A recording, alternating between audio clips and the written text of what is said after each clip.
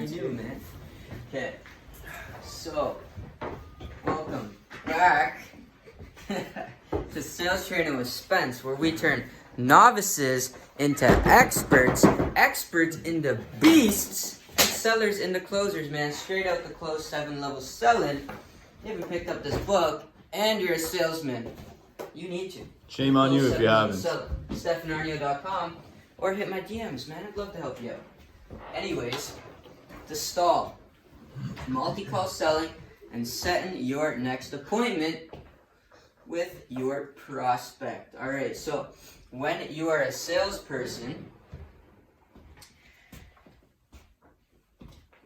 you will be calling someone, you will be meeting with someone, you'll be having that first initial contact, right? Sometimes on the first contact with your buyer or with your prospect, they will buy. Other times, they're not going to buy the first time, right? So what do you do if they don't buy the first time? How do you set that next appointment? How do you avoid having to play phone tag, chase them around, appear as desperate for their service? When you're supposed to be an expert, they're supposed to want what you have. You're not supposed to chase them, right? They come to you, you sell them on it, and they come to you, right? Don't chase them around. It shows that you are not an expert. So how do you do that, man? Spencer, how the hell do I do that, man? I'm always chasing people. I'm always trying to get money. How can I get the money to come to me? Good question. So when you are on the phone for the first contact with them, like I said, sometimes you may be able to close them. And as a salesperson, you want to close them on your first contact. You want to bring them down the shortest path possible to the sale. You don't want to waste as much of your time as you have to, and you don't want to waste their time. You want to bring them down the shortest path possible, but sometimes you can't always close someone on the first sale or on the first call, right? So when you're coming into a call, you're usually going to have either 5 outcomes of that first contact with them. You're going to have a yes, you sold them, or a yes with a condition. You may have to loop them back. You may have to resell them on it. You might get a maybe. You might get a no with a condition. Again, maybe loop them again, bring them around to a yes now. Or you might just flat out get a no, right? And this is when you'd want to set the follow-up appointment. Now, the easiest path, the quickest path to getting a yes on a follow-up is to set it 1 week from the day you're on the phone with them, 1 week exactly from today at the exact same time. Generally, they're available at that time. They answered you this week at this time, so they'll probably be able to answer you next week at this time. And it is easy for them. It doesn't require work. All right, let's set a follow-up call then, John. You're not ready to take action now. Obviously, there's some things in your way. Let's, how about 1 week from today, same time, same day? Yeah, sure, you said it in the call. Now, they don't answer the meeting, they don't answer the call, they don't show up when they were supposed to. How do you get them back on without having to play phone tag, without having to chase them, with maintaining your professionalism? But also, how do you know when it's time to let them go? When you don't need to keep following up, when you shouldn't, and when you should move them to the bottom of your lead list, and then maybe follow up with them again in a couple months when they have less roadblocks in the way, less excuses to give you, or can't give you the same excuses, right? So, remember, when you're a salesman, you want to maintain your expertise. You don't want to come across as needy, desperate, because they probably don't want to do business with you.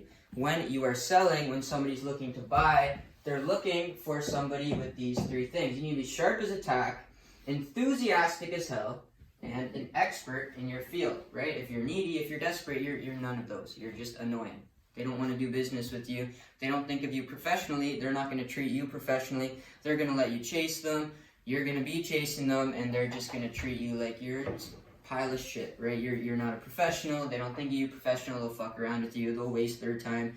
They'll waste your time. You're not going to get anywhere, right? So when somebody doesn't come to the first meeting, there's usually 2 things going on.